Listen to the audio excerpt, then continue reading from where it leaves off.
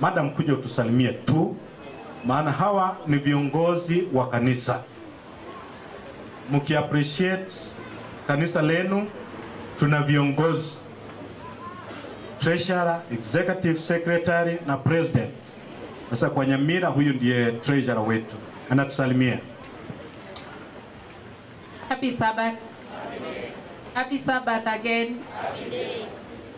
Nami niko na furaha kwa kuungana pamoja nanyi, na nataka kushukuru kwanza kiongozi wa vijana ambaye amepanga huu mkutano wa vijana ili wapate kushirikiana pamoja na kuhimizana. Mungu aendelee kuwabariki, na nataka kuwaachia fungu ambalo linatoka kitabu cha Psalms 111 verse 10, ambayo inasema ya kwamba the fear of the Lord is the beginning of wisdom. A good understanding of all they that do his commandments. His praise ensures forever. Kwa hivyo tunapotoka hapa, tunapoenda nyumbani, na wale ambao ni wanafunzi tunapoanza kujipanga kurudi shuleni next week, tunawatakia mema, muweze kuwa kielelezo mzuri katika shule zenu, na pia muweze kuwa nuru mnapoendelea kuishi na wenzenu ambao labda si Waadventista na wanatoka madhehebu mbalimbali. Mungu awabariki. Na hata sisi huko Nyamira Conference last week tulikuwa na mkutano kama huu. We had a youth congress ambapo tulikuwa na over 1000 registered delegates. Kwa hivyo youths ndio watamaliza Injili na youths ndio kanisa ya kesho. Kwa hivyo tunataka muweze kuwa rooted in the word of God, ili mnapokutana na various doctrines mtaweza kusimama. Mungu awabariki. Thank you Madam Rebecca. Sasa tuna something small that we will do. Lakini angalia, usiende juu umeona mwingine anafanya nini, hata ujui anaenda wapi. Kweli, maana kwa hii mkutano kuna mtu mwingine alitoka nyumbani akaacha mama yake ni mgonjwa, anaenda kuangalia mama mapema ama apike mboga. Sasa wewe unaenda kwa nini? Why are you going really? Kila mtu anaondoka na sababu yake. But if you really don't have somewhere to go, we are about to finish, and it's important that our young people, you learn how meetings get concluded and how matters are carried about. Usiende kusema ilikuwa sawa, kumbe baadaye iliharibika. Naomba sasa, kabla tumebarikiwa sana na nyimbo zimekuwa non-stop bila kusimama, naomba sasa tuweze kuingia katika, kabla nifanye ombi nimwalike mgeni, naomba tusimame.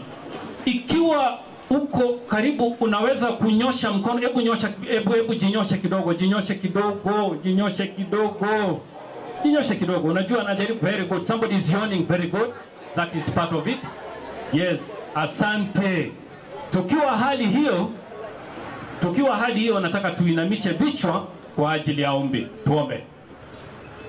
Baba, katika jina la Yesu, asante na asante kwa Sabato. Imezungumza kwetu kwa njia ya kipekee. Umetumia viumbe vyako kwa ajili ya kutufikia. Imefika tena wakati mchungaji wako Joseph Kingi anaposimama tena kuleta mbingu iweze kuzungumza nasi kupitia kwake. Roho wa Mungu amuongoze. Ni katika jina lake Yesu Kristo tunaomba na kuamini. Amen. Nongopi pamoja nami tunamkaribisha Pastor Kingi Joseph aweze kuzungumza nasi. Kwa ishara mkono. Asante mchungaji, nafasi ni yako. Thank you so much. Hallelujah saints, once again. Amjambo jameni. May I see by show of hands those who are happy to stay in the sanctuary of the Lord. God continue to bless you. I have something that will not take 30 minutes, is below. And thereafter, I also say goodbye to you and go back to Homa Bay. I've listened to your music. I'm impressed with music. I love music. And God willing, the next year's camp meeting would be I'm gonna invite a choir. Obara job. Nimeona nyingi we.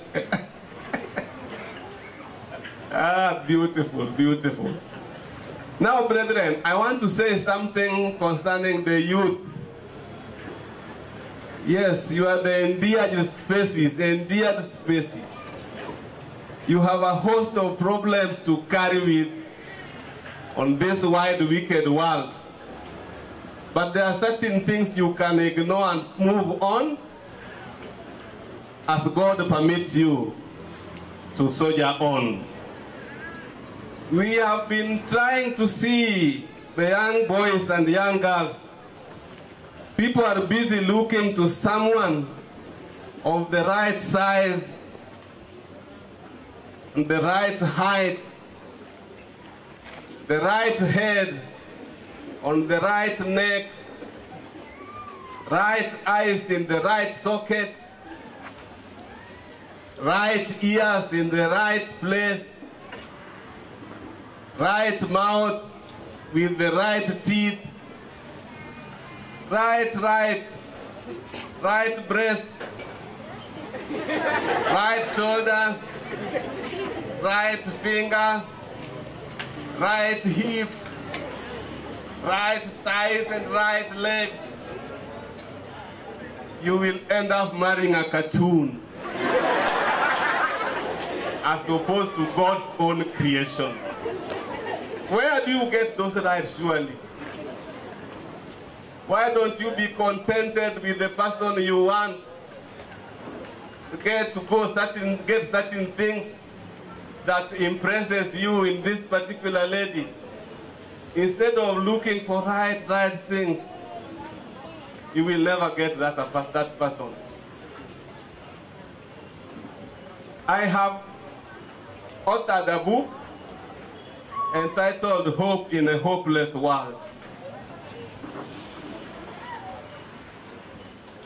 And I have carried with me some 20 copies. I will leave them for Job Obara. If you are interested in one, he can give you a copy. And he will remit the same to me. We started with Job Obara a long time ago. In Baraton, we went down south in Arusha University when we could not raise enough money to complete in Baraton. We carried all our credits and went back and graduated. He's a gentleman I love so much. We've been with him to down South Africa and 84 kilometers outside the tropics. Money to go and complete our studies.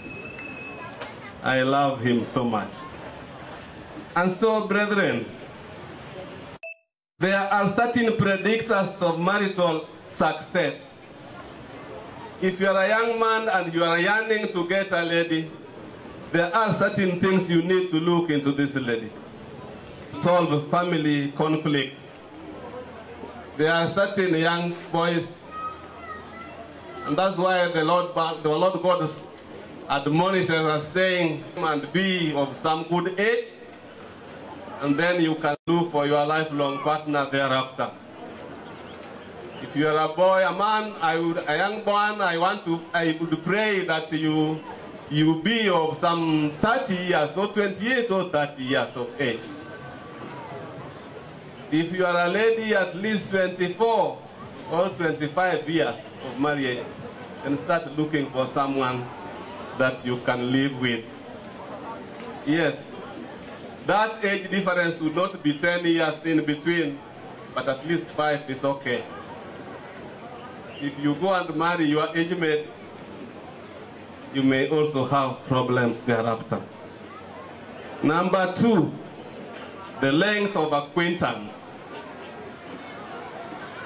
Even though people hide their true colors during courtship, long acquaintance may give you time to learn and observe what might have escaped your attention at courtship. At courtships, you are thus advised not to marry until you shall have summered and wintered with your fiancé. You don't get a lady this year, and by October you arrange for a wedding. Brother, far be it. Ladies, marriage is pegged on facts that are cross-checked over a period of time. Lady, go visit your man, but don't spend there. Find him when he's busy working short sleep. He's toiling on his shamba. Is he ready to take care of you? Help him also, toil, to till the land. Thereafter, you can now go back. Get to know how he's doing, more so in certain things that you have decided to do. If so dresses so well on a Sabbath day, when you look at him, all you see is some angel that has fallen and will go back in the evening. Take care. Must be someone also who is ready to do some dirty jobs, purposely to earn a living.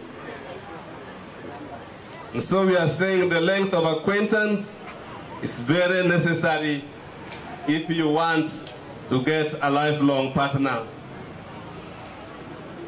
Next is premarital pregnancy. People who have begun life with a spouse who is pregnant have the tendency of breaking up later due to lack of trust. Yeah, you see it even on TVs or even in movies. The Nigerian movies, they say, you are pregnant. I'm pregnant for you. And you see the man's chickening. I was saying, who? Pregnant for me? Oh, no. Every time you say, lady, that you are pregnant for somebody, that's the time you are making matters even worse. It doesn't mean that the person who has given you your mimba loves you so much. Never. He was trying to also just to finish certain business with you, just sexual pleasure, and then he dumps you there. So take care before you enter into certain things that you have been cautioned never to. Number what? You are not following. Religious involvement. People who appear religious are not necessarily spiritual. However, there is a great chance for success with a religious person than a non-religious person. Hallelujah. Yeah. Here in this church, you have seen so many ladies singing here and gents. You would rather engage someone you see serving the Lord than that one who is not serving the Lord at all. So what business do you have with the people who are not even serving the Lord, even if they're making money to whatever magnitude? Let them not sway you out of this road. If you are a Catholic, I say that go and marry a Catholic. If you are an Adventist, please look for an Adventist. Because time is coming when you will be having children. Those children will disturb you. When it is Saturday, the lady wants to carry her children to Sabbath. When it is Sunday, the gentleman wants to carry the same children to his Sabbath. And confusion starts reigning. And the children start looking at you whether you are a serious lot or not. So we always give advice that marry from within. You are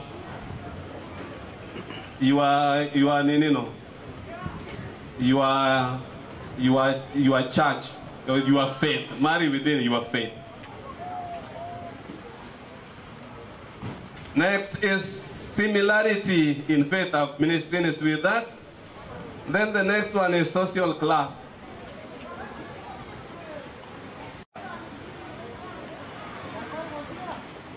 Social status is measured by one's status, economic, power, and wealth. The occupation of someone matches with his education. In the case where a rich lady is marrying a poor man, the role performance will change with time, and this will give birth to conflicts and resentment.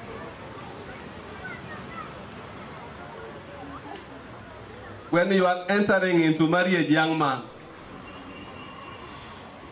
get to know this lady into details.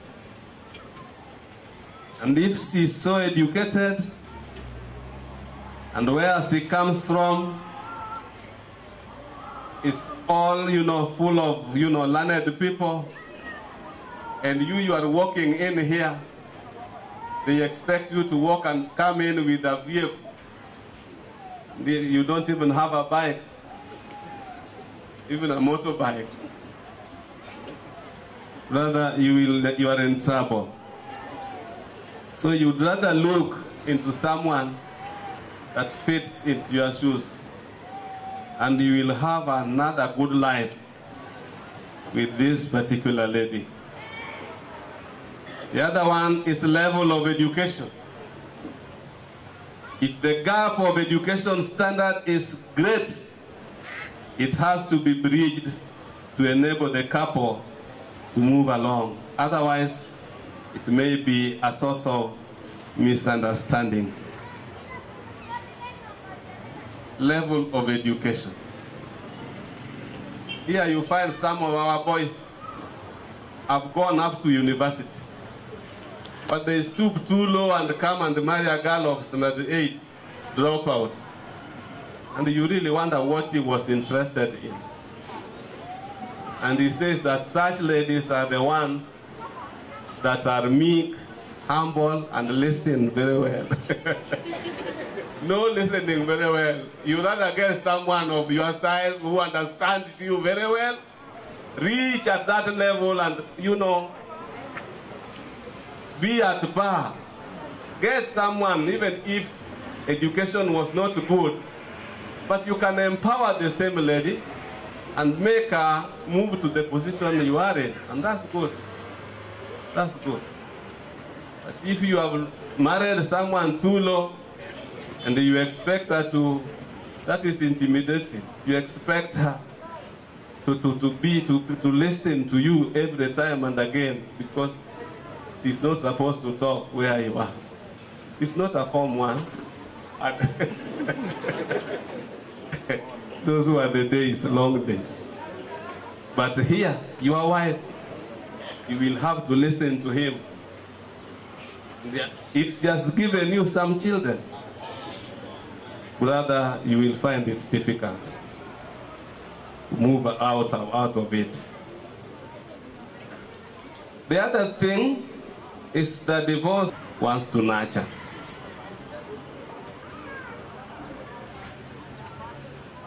Next is residence.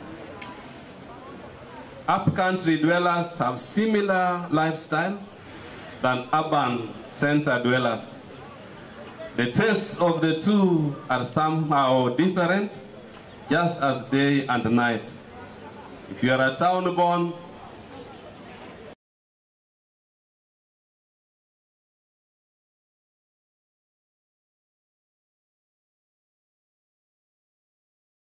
have peace, you will have peace. Unaona watu wanatoka all the way from Kisii here, wanaenda kutafuta warembo huko Mombasa. Where? Why don't you look for ladies? And the Seventh-day Adventist Church is full of beautiful looking ladies. You look at them as they are even performing here, you say yes. And you unaangalia na unatoka bure, nasema nimetoka bure hapa leo. Then you are the problem. The ladies are not the problem, you are the problem. The other one is parents' approval. Parents' approval in marriage is mandatory. You don't have to marry a rebel. Because you know why I love this lady.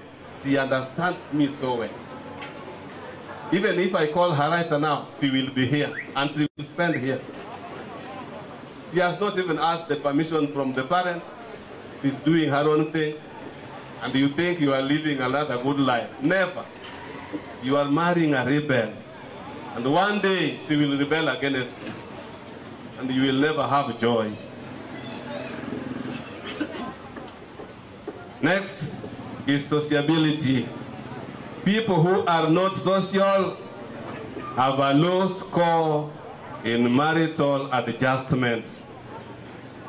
You're not a social guy. Every time you look at a lady, you have no mouth to say certain things. You send even Joaquin Angela and Penina to talk to Caroline. You love her so much. And when they still go there, they say, but Jack wants you so much. He is dying for you. So tell Jack to talk to me, not to you. Jack is timid. And is in the process, he's not even able to say something across. So Jack, we are telling you that have some guts and simply tell the lady, lady, how are you? I mean, I've been longing to talk to you, but you see, I don't know exactly how to reach you. Okay, I'm here. Can you say, nakamekupokonya hewa? Tell me why you want me. I say, but you see, we want to talk. There are certain things I want to discuss with you. Yeah, I have very little time, Sema. This lady is so difficult, I don't know how to handle it. Tell her point blank, lady, I want to tell you that I love you so much, and in fact, I just don't know what to do to make you also love me. Oh, you want to love me to love you? Okay. Then I love you. So next. Story question. Lady, be a gentleman. Sweet talk, you are this lady.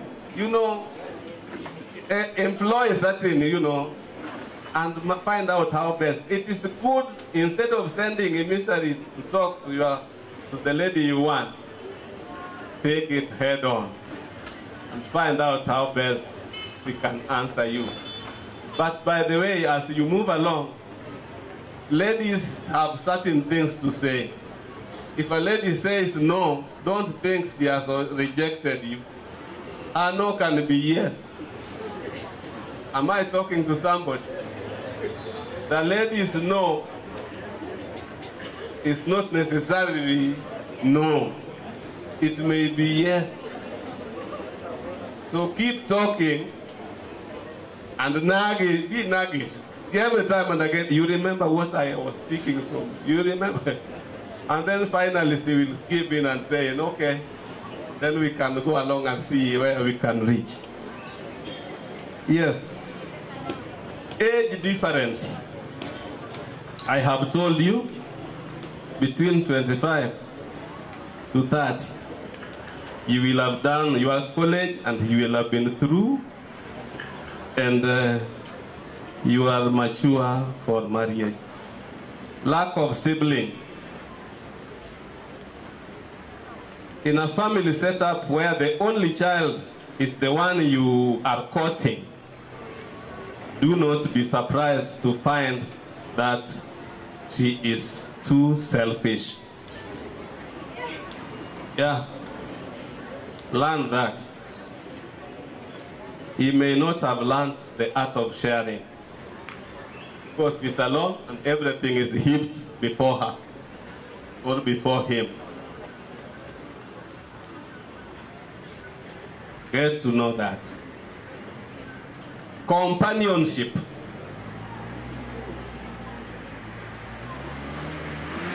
Remember, you compliment others. We delight in the beauty of a butterfly, but rarely do we admit the changes the butterfly undergoes. We are social beings. Yes, we are social beings. And so we need to be talking to one another.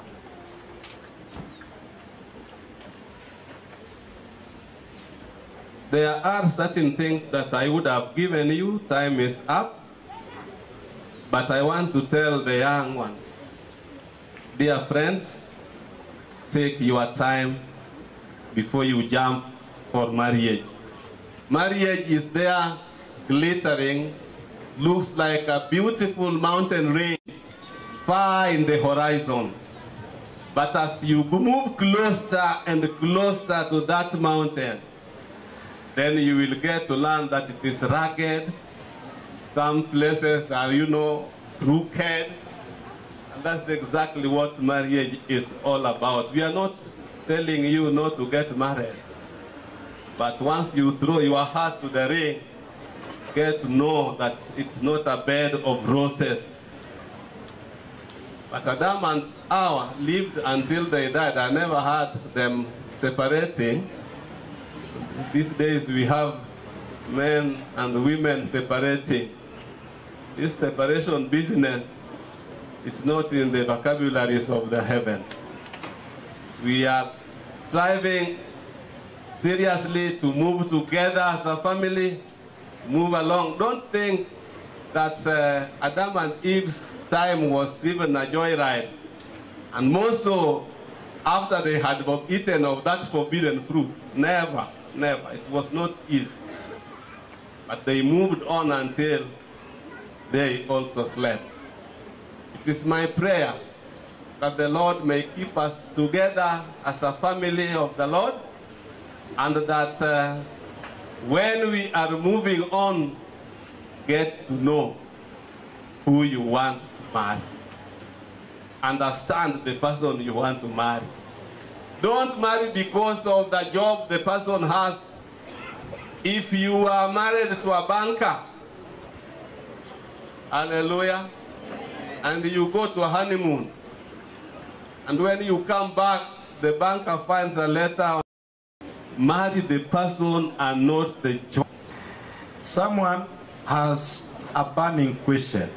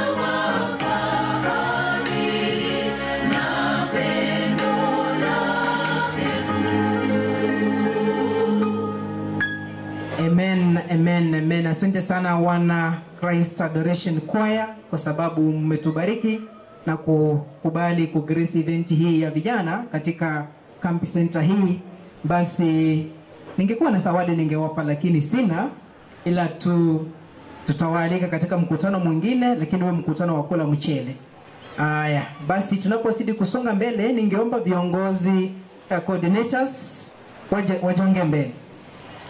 Event coordinators, leaders, waje tu hapa mbele. Sasa wanashtuka, wataulizwa maswali, ni nini kinaendelea. Climax ya mkutano huu wa vijana, sijui ni kipi kila ambacho mtakisema, lakini niko na maswali mawili. Utatuambia jina, kanisa yako. By the way, sijui pastor kama wanaruhusiwa kusema kuna mtu ama bado anatafuta. Atangaze, ni sawa. Basi jina, kanisa lako, lakini sijui kama viongozi tu, naona ni wanaume peke yake. Sijui kama wanawake wapo.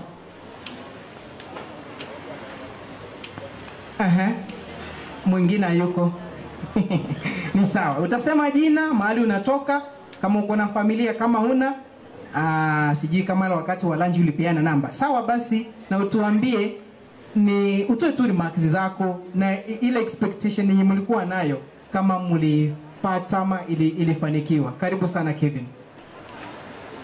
Hamjambo. Kwa majina vile mmesikia ni Kelvin Achei kutoka kanisa la Nyamataro Central, Nyamataro District, Nyanjwa Station. Mimi ndiye area coordinator wa Nyanjwa Station Ambassadors. Kile ningeweza kusema ni kwamba siku ya leo tunashukuru Mungu kwa vile imeisha vyema, na kulingana na matarajio ambayo tulikuwa nayo, tulikuwa tunataka kuleta vijana wote wa conference tuweke pamoja ili tuweze kuzungumza mambo machache. Na kwa kweli tumepata mengi kutoka kwa wageni wetu, na tunaomba kwamba wakati mwingine tutaita mkutano kama huu tena, tuweze kuja kwa wingi ili tuweze kupata maneno haya mazuri. Kwa hivyo acha Mungu awabariki na azidi kutuongoza kila wakati. Lakini kuna swali moja hujasema. Uko na mtu ama bado uko soko? Okay. Peana mic. Tunajua ni hayupo. Amshajua. Bado naangalia Dorothy. Okay, asante. Ashataja hata jina, sijui kama mtatuarika hivi karibuni. Basi karibu nawe. Happy Sabbath. Happy Sabbath. Kwanza kabisa tunashukuru Mungu kwa sababu ametuleta umbali huu at this Sabbath. Kwa majina ni Dennis Obare, kanisa ni Viombe SDA Church, Virongo District, Yondonga area coordinator. Kwa wageni wetu tunashukuru sana kwa sababu tumejifunza mengi kutoka kwao. Pia sisi let us implement it in our lives. Swali lingine, namba ilichukuliwa, lakini hivi karibuni watu watakula mchere. Hallelujah. Amen. Asante. Thank you. Uko soko bado? Ni sawa. Karibu mwenzangu. Wapenzi wa Bwana na wasalimu wa mjambo. Kwa majina ni George Nyakundi kutoka Masimba Station, area coordinator. Kwanza kabisa ningechukua nafasi hii nishukuru wageni. Mungu awabariki mtakapoenda tena, tukiwa invite mkuje. Mungu awabariki sana. Na pia vijana ninawaambia haya maneno ambayo tumepata siku ya leo miyatilie manani. Msipoteze pesa zenu kuja hapa na tena murudi mahali mlikuwa. Mungu awasaidie ili msonge mbele. Move a step ahead. Once you get something, let that one assist you in your life. You make a step. May God bless you. I'm married and my wife told me to greet you. Anaitwa Abigail Mora. Na wasalimu tena mjambo. Jambo. Na waombea na nyinyi member muingie hiyo safari. Asante. Asante sana. Praise God. I'm Kip Nyonkanga from Gesinga Camp Center, Igare District, Itumbe Station, area coordinator. yangu ni machache, ni kusema ya kwamba mbarikiwe na kiongozi wa vijana wa conference. Asante sana kwa kutukubalia kupanga haya. Wageni ambao wamekuja, mbarikiwe sana kwa sababu yale mmetuambia sisi kama vijana watu tuyafuate na tuendelee kusonga mbele mkozi wetu. Swali lingine, nilipatiana namba. Ulipatiana namba? Yes. Ya kiatu ama nambari ya simu? Sawa tu. God is good all the time. My name is Paulo Mokoa Dismas from Light Pillars SDA Church, Ipajo District, Gesabakwa Station. Vijana, safari tulio nayo ni safari ndefu. Acha tuombe Mungu atusaidie, kwa maana vijana wa siku hizi shetani amewapeleka. Tunawaombea mema, msidi kuombeana, tubebeane msalaba ili Yesu atakaporudi tuingie katika ile safari ya mbingu. Our director, may God bless you for what you have done, and when this comes, and let us arrange for it. Swali lingine, mimi I have someone else, anaitwa Pastor Vivian Imeza Hadira. That is my hivi karibuni tutawaambia mchere huko. May God bless you. Amen. Asante sana. Mpatie. Unajua umetushtua kidogo. Wako umeona pastor kasimama kuja kuona nani yeye anasema. Basi karibu. Kutoka kanisa ya Mentorship, Ikogotori District, Nyancha Station.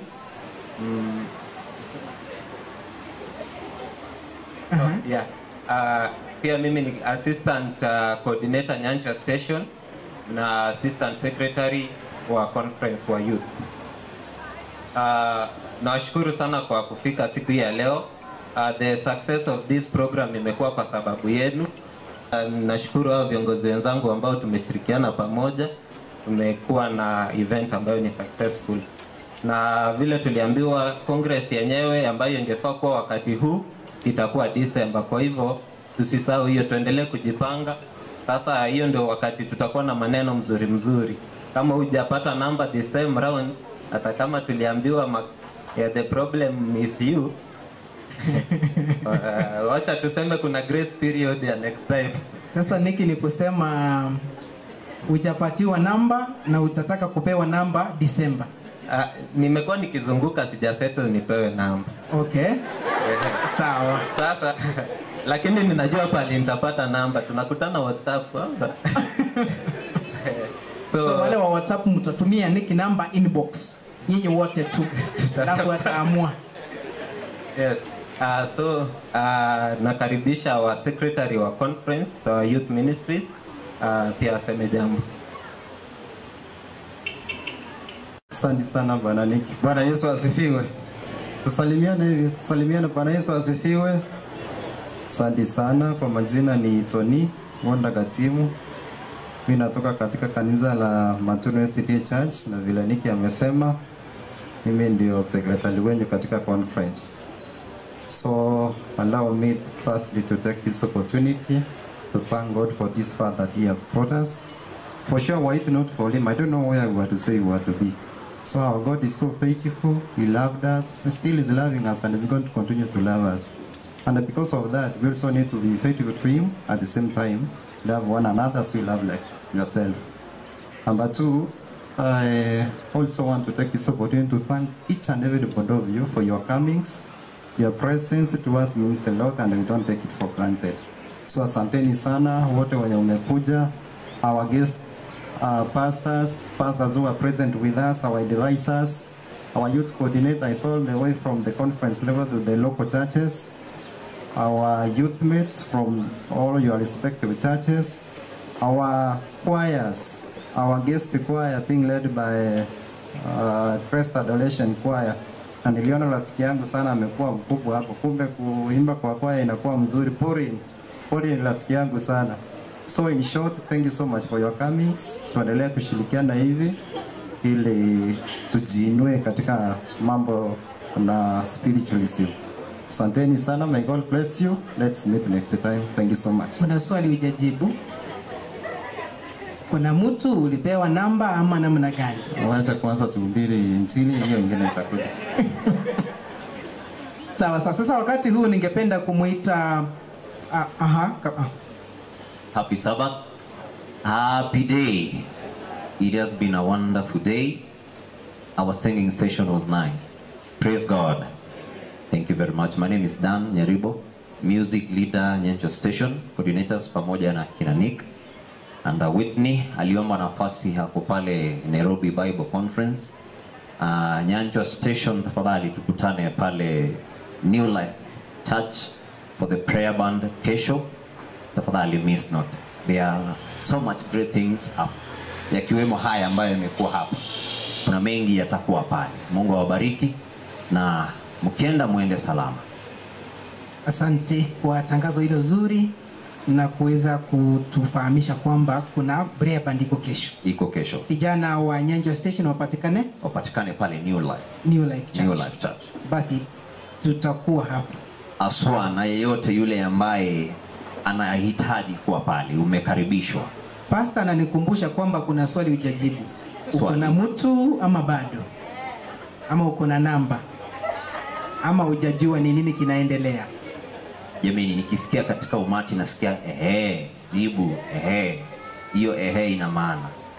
So ni kama hauna bado. Haya, utachangamka basi. Wakati huu ningependa kumuita accountant wetu Mama Linet uweze kutusalimia. Ni mama yetu hapa, ametushughulikia. By the time nilikuja asubuhi ni yeye nilipata akipanga. Basi karibu utusalimie na utuambie kama mambo yamekuwa salama vile mlikuwa mmepanga ama yameenda namna gani. Karibu. Happy Sabbath. Happy Sabbath. Happy day. Mmechoka sana lakini Mungu awabariki kwa vile mmevumilia mpaka mwisho. Tunashukuru Mungu kwa vile mlitikia mkakuja. We have really enjoyed. Tumesikia neno la Mungu na Mungu aendelee kutusaidia tuweze kuishi kwaro. Tumeshukuru kwa nyimbo zote ambazo tumesikia. But my remarks goes to Adoration Choir. Nimekaa kini kusikia nyimbo zao, especially hizi zenye wameimba the latest, these are last. Yani hata wamechikanya tu. Wacha Mungu aendelee, msipike mahali tena, unajua muende kuinuka. Hata mtu akiwaangalia vile mnaimba, you are really singing for the Lord. Mungu aendelee kuwaongoza na muendelee kuendeza hiyo injili. Nyimbo siku hizi zimechukua mkondo mwingine, lakini ukiona style yenye mnaimba, Mungu ni kama bado roho inawaongoza. Nashukuru wote kwa kuparticipate and we thank everybody for coming. Our pastors, our area directors, all that you have done. May God bless you all in Jesus' name. Amen. Thank you so much kwa kuweza kutuongelesha vile. Basi wakati huu ningependa kuwaita, acha niruhusu hawa wakae kwa sababu wataizanguka tu. Mmekuwa wanafunzi wazuri, mmesimama wote wameongea, alafu mmeamua nimewaruhusu mkae. Thank you. So ndugu yetu Obedi Mogambi na Linet, ningependa tu mtajongea mbele, mtatusaidia katika kufanya ombi, lakini kabla mjaomba mtatoa remarks zenyu. Baada hata nyinyi mtatuambia kama mtapeana namba ama mshapewa. Remarks zenyu venye mkutano huu umekuwa, unajua wengi wamekuja na matarajio mengi tu. Kuna wale anajua kila mtu akiendanga mahali kwa ile lugha ya Kigiriki ngote ya walenga kile chiro ne bwati bali muchia.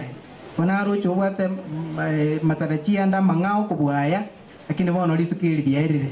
Nchi kwa soma kurwa, nchi kwa buguli kurwa, Pastor King ne kwa nera mangana maya. Ikono ta keteto chuto murangiri next time gose mogo tabanga bono tikatokolire yewe yo mwelio kabisa. Karibu. Happy Sabbath. Happy day. Kwa mbali na wenzangu venye wamesema, ni kweli kwamba ya siku ya leo imekuwa ya manufaa sana. Tumeweza kujifundisha maneno mengi na mazuri yenye yanatusaidia sisi kama vijana. Swali ni je, ni nini umepepa kutoka hapa? Na yenye umepepa kutoka hapa itakusaidia njia gani? The only difference which will make us understand that we were in this meeting is when we change. So may God bless us so much in that we can have that spirit of changing our life na tutoe ile aibu tumeshinda kuwa nayo. Ni hayo tu niliweza kujifundisha. Ndugu Obed, na wasalimu wa mjambo. Jina langu ni Obed Mugambi, natoka Jogoo SDA Church. Nimeshukuru Mungu kwa sababu amenipa uhai wa kuweza kufika siku ya leo, na matarajio yangu yalikuwa kwamba tushiriki venye tumeshiriki hivi, na ni tick kwangu kwamba it has been a success, and I request for more of this meeting so that we young people can get the information that is concerning us. Tungependa wale mnaondoka, tunaomba sasa ili tutamatishe. Tafadhali tusimame tulipo ndio tuweze kuomba. Kwa wale ambao tunatembea, tafadhali tunafanya ombi. Hata wale ambao wako kwa simu, tafadhali tuweze kuomba. Lini tutatangulia, ndugu Obed atakuwa wa pili, alafu pastor atakuwa anamaliza pale wa mwisho. Tuombe. Aya, tunaomba. Mtakatifu Mungu wetu uliye juu mbinguni, kwa kweli wewe ni mkuu na muumbaji wetu. Kwa yote ambao umetutendea katika siku hii, sapato yako takatifu ni mengi ambayo hatutaweza kutaja, ila ni kuambia ya kwamba tunashukuru kwa yote. Tulikuwa na mkusanyiko wa youth hapa, na ukweli ni kwamba Roho Mtakatifu ameweza kutuongoza kupitia kwa hali ya anga, kupitia kwa wanenaji, kupitia kwa kukutukuza kwa nyimbo. Yote yametendeka venye ulikuwa umeipanga. Tunasema ni asante. Wakati umefika, tunaenda kutawanyika kutoka uwanja huu na kuenda makwetu. Tunaomba utuongoze njiani, mahali popote tunapita, na yote ambayo tumeshinda tukitenda yanakuletea papa aibu. Siku ya leo tumekiri ya kwamba tumeyaweka kando na kuanza maisha mapya. Sisi ndio vijana, sisi ndio viongozi wa kesho, na mikutano hii inapokuwa inatutayarisha na kuweka rada ili nasi pia tukue viongozi wema. Uongozi wa King pia nao watakapokuwa wanasafiri uongoze. Bila kusahau director wetu ambaye ni Job Obara, kwa kazi nzuri anaendelea kufanya. Endelea kumuongoza na kumpatia wisdom and knowledge in that akiendelea kufanya kazi yako akujulishe kwa yote. Ni mengi ambao umetutendea, ni asante na tena ni asante. Tutakaposikia ya kwamba kila mmoja amefika salama, tutasema ni asante. Tumeweka hayo yote tukisema utajibu kulingana na venye umeahidi. Ni katika jina la Yesu tumeomba na hata kuamini. Our Father and our God, glory and honor be unto you because you are worthy. We are sinners. We pray that you forgive us our sins, Father. You cleanse us by the blood of thy Son, Jesus Christ, that was shed at Calvary. Thank you for everything that you have done this day, your Sabbath day. Help us to heed of what we've learned today so that we may live as children. And now time has come that we must say adieu